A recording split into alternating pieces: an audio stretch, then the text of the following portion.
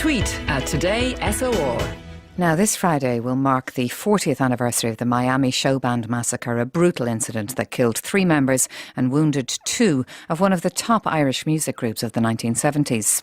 40 years on, questions still remain about what exactly happened, about whether or not there was collusion between British authorities and loyalist paramilitaries.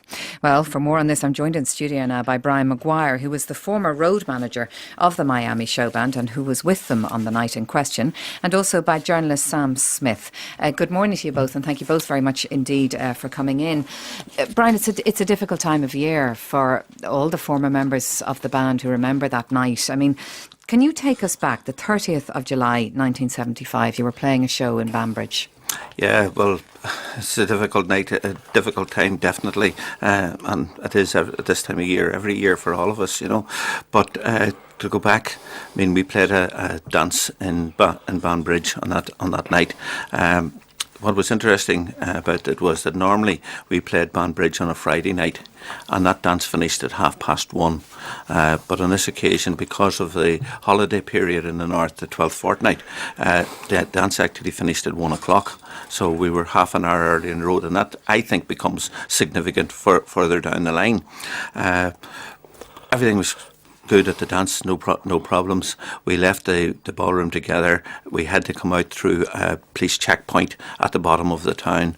I drove out first, turned to come back to Dublin. Brian McCoy was behind me. He stopped to let 2 vehicles pass. I drove out the road, 7 mile. They were probably somewhere between 15 and 30 seconds behind me on the road, and they were stopped, and I wasn't.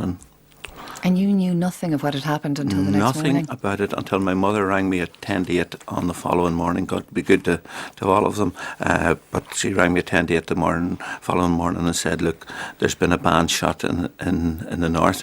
Now, as it happened, she said, in County Armagh.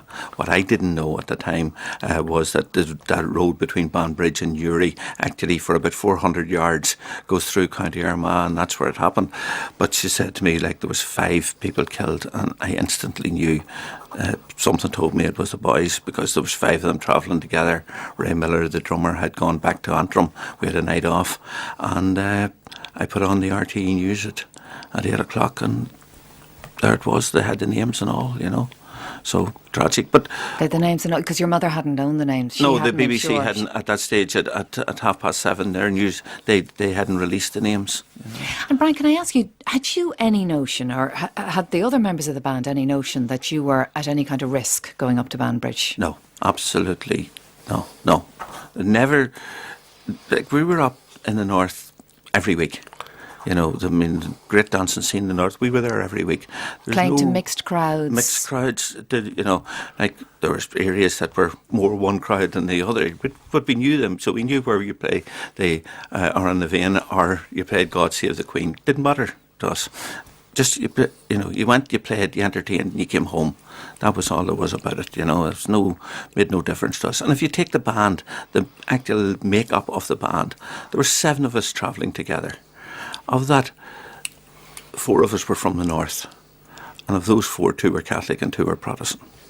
So, you know, it's just you can't say anything about it. Like, we played to everybody. That's it. Sam, what do we know of what actually happened to the band then? They were stopped. Brian went on ahead. Brian, you had the gear in your van. I had the gear in my van. Now, I had been followed, Keelan, before that by a car at the side of the road. I was stopped at a place called Lochbrickland at the side of the road, and as I passed it, it came out and followed me. And it came up very quickly behind me and sat there when it should really have passed. And then I slowed right down, like, went back from about 60 to about 20 mile an hour, and that car never moved.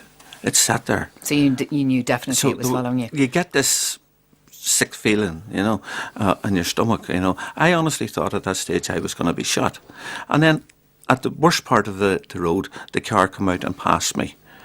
And it just went on. And I thought to myself, you're mad, you know. I mean, who's going to shoot you, you know? And we're talking 2 o'clock in the morning. They're coming up about 5 to 10 to 2 in the morning, you know. Why would anybody want to shoot you? And then I go on maybe 3 mile at this point, and next thing that happens is this car sitting in the middle of the road. and as I go past it, it's flashing its lights. And I remember thinking, I'm not going to use the language that I used then, but I remember thinking, I'm not bloody well stopping for anybody in this road at this time of the morning, and drove on.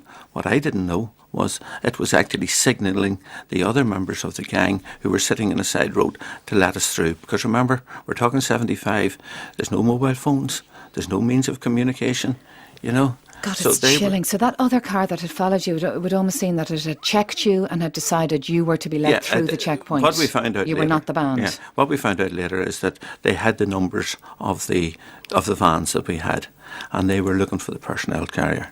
They weren't looking for me. Now, if I'd have been that minute behind them, I'm sitting here saying I'd be dead, you know. Like, I'm alive because I was in front, and that was probably one night in 100 that you got away happened. before the band. Got away before the band. It's extraordinary. I mean, there are still so many questions as to the whys of what happened that night. But first off, Sam, what exactly did happen that night then? How did the band come to be the band killed? was waved down by what appeared to be a military checkpoint. And some of the boys were nervous about it, apparently. And Brian McCoy, who was the trumpeter in the band and was from Caledon in Tyrone himself, a smart fella, very streetwise, and he says, look, not to worry, this is the British Army. It's not likely to be as troublesome as it could be with others. So he said, don't worry about that. Now, they were moved out of the van, lined up, and then the band didn't know what was going on, but people began shuffling around, opening Stephen Travers, as said, and so on. You know, somebody thought going through his guitars, and musicians are very fussy about their instruments. They don't like anybody messing with them, and he was punched back into line when he complained about that. But what they were doing, it appears, is putting a bomb in under the seat of the car, of the van, so that the original plan appeared to be that when they all were let back on the van again, they would be driving home and the bomb would go off and no one would ever know. Questions would have been raised forever. Were show bands smuggling bombs? What was going on? And who knows what would have happened, but probably the way things happened in the north at that time was everybody would have believed what they wanted to believe. Those that wanted to believe this crowd from the Republic were coming up smuggling weapons and bombs would have said that. Others would have said, but at that stage, a conspiracy would have seemed totally fanciful. And they would have gone to that much trouble, Sam, the British uniforms, the creation absolutely, to raise a question about bands carrying bombs. Brian, were you keen to get in with something? Yeah, to a degree, Sam, I disagree with that theory, and I know it's a theory. And at the time, the UVF put out that story about the band carrying bombs, and they interrupted them and all of that, and that. But I said earlier, Keelan, if you remember the difference in the times of the dance. What came out on the trial was that the guns used to kill the Miami were used in 19 of 26 murders in what was known at the time as the murder triangle, right, which is Dungannon, Portadown and Armagh. And there is no doubt, absolutely no doubt, that it was being run by the Secret Service, the British Secret Service. I don't think anybody alive doubts that. Has it ever been acknowledged by the British Secret Service? It's never been. No, but there was a recent BBC Spotlight programme on BBC Northern Ireland which looked into the collusion, and there was unquestionably collusion between the intelligence services in the north and the loyalist paramilitaries.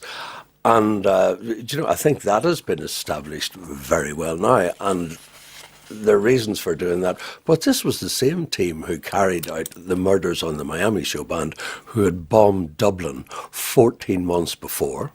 Their identities were known to the intelligence sections of the Gardaí in the Republic and to the intelligence authorities in the north. Why they weren't brought in and so forth is a matter of conjecture, but I do know that Kevin Myers, my erstwhile colleague, did write after that the government here were very reluctant to seek the extradition of people from the north, because at that time there was extradition was a big question for extraditing people in the Republic to the north. Okay. Now, that's still Brian, you the point I continue was your going to theory make as to what happened. is that this gang had committed, I think it was 27 murders they committed. There was one in Monaghan, right? But 26 within the thing, within the murder triangle. And basically, they'd outlived their usefulness, right? And my contention is that I believe that the bomb was never meant for the Miami. The bomb was actually in that car. We were supposed to come down that road 30 minutes later. And the idea was that the UVF gang would be actually blown up, and that would remove all links back to the British. And it went wrong. Now, Stephen and Des believe the other theory that Sam has explained. Which is right, which is wrong, I don't know. But somebody does know. I mean, that information is there. Absolutely. Will we ever get that information? Never. No question about that. Now, but I remember after the event, I was at that time working for the Sunday World newspaper, and I went up there and I met the head of the UDA, whom I knew, I can assure you, on a professional basis for going up to get information from him and so on. And I remember him saying to me at that time, now the UDA were distinctly different from the UVF. And he said to me, this is shocking, this is wrong. And I think the bands before that event believed this too, that entertainers and bands were a bit like the Red Cross or nurses and doctors. They were above the row that was going on or the troubles, and this brought an end to it. Now, how deep the British involvement was, I really don't know, and I doubt if we'll ever find out. But the UDA were pretty clear that they certainly hadn't been involved, and they were very critical. I was pointed in the direction of the UVF, says, well, you'd better look at somebody else. It's a thing now, they weren't giving much away, but there was no doubt there was a lot of collusion at that time. It has been proven beyond doubt, and that recent BBC Spotlight programme detailed a lot of incidences of it. Brian, can I take you back to the night itself? I mean, the bomb, you would maintain it went off too early. It went off at 2 a.m. Yeah. And had it been targeted at you, it should have been set to go off at 2:30. What actually happened? They were the forces, whoever they were, the people dressed as British soldiers. Yeah, well, you've got to remember that these people were also members of the UDR, the auxiliary force in the north. So they were in uniforms that, as Sam said, that Brian in particular would have recognised. He would have known that these uniforms. So they were something quasi legit as far as the boys were concerned. They're literally taken out of the van. They're on a dual carriageway with a hard shoulder. Van's on the outside lane of the dual carriageway. They're facing a hedge with their back to the van. Stephen said at one stage he came back to check his guitar. Des came back to check his saxophone. And they were put back in the line in different positions, right? When the bomb exploded, the lads were blown into the field, right? Now, it was the density of the hedge that depended how far into the field you got blown. Des literally got blown down into the ditch, so he was directly below them. Stephen was slightly out from that, and Brian, Tony and Fran, God be good to them, were out in the field. And the other members of the gang literally stood on the ditch or on the road and just shot indiscriminately into it, killing the three lads. And Stephen had a bullet that went in through his hip and came out through his shoulder. He died twice. They were dum-dum bullets? They were dum-dum bullets, yes, sorry. Particularly lethal. Yeah. And he came out of it. He died twice in the operating theatre. Thanks be to God, he's still alive and well and living in Cork. Des was lucky enough, he didn't get shot. But, I mean, he was there and, you know...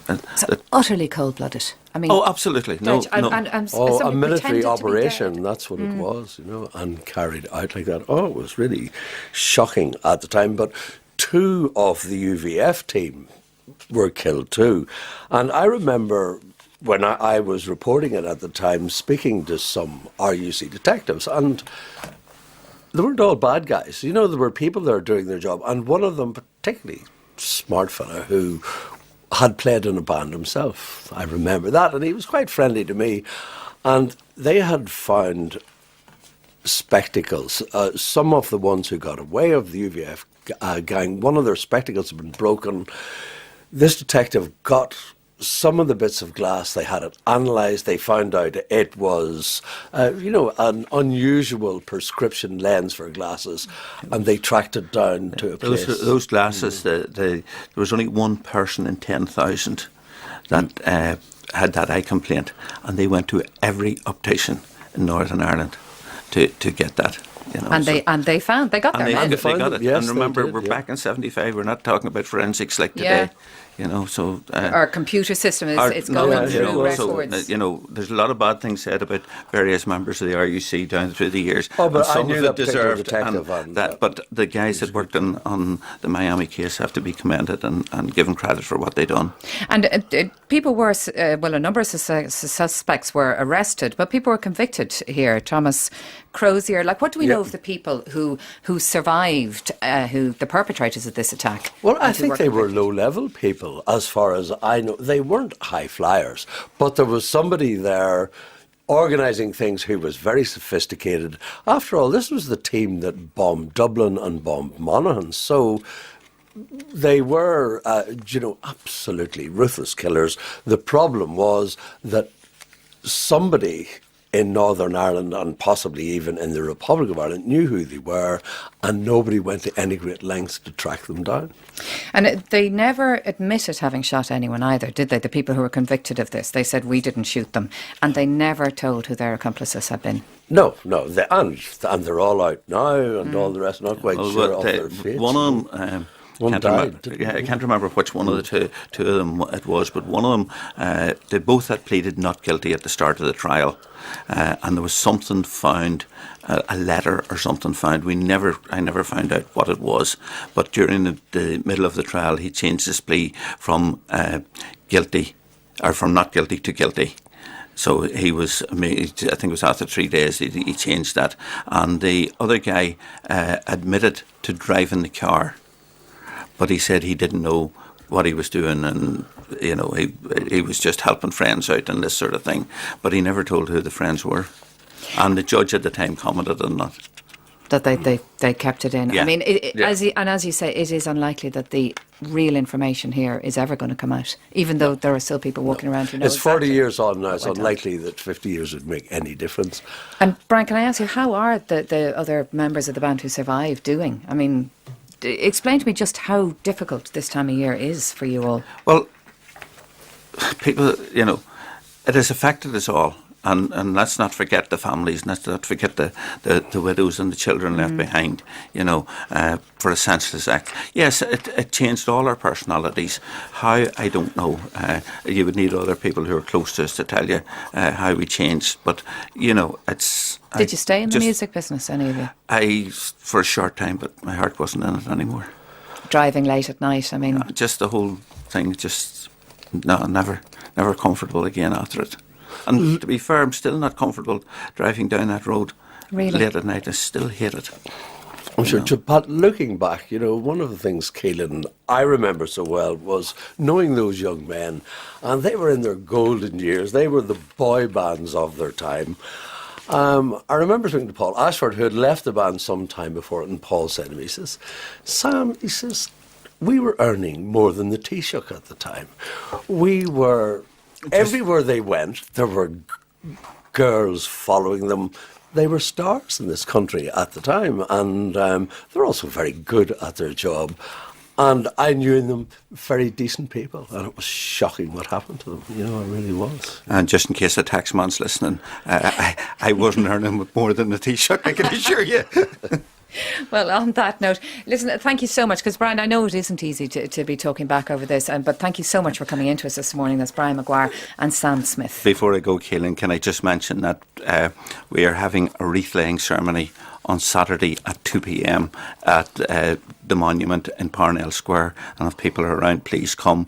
And for the first time since the tragedy, that wreath-laying is on Saturday next coming, and on Sunday, which is 2nd of August, for the first time ever, we're having a similar service at the site where the boys were killed, and that'll be the first time that all of us will be together there.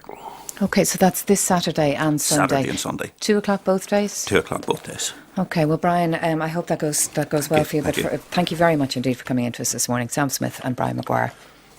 Today with Sean O'Rourke.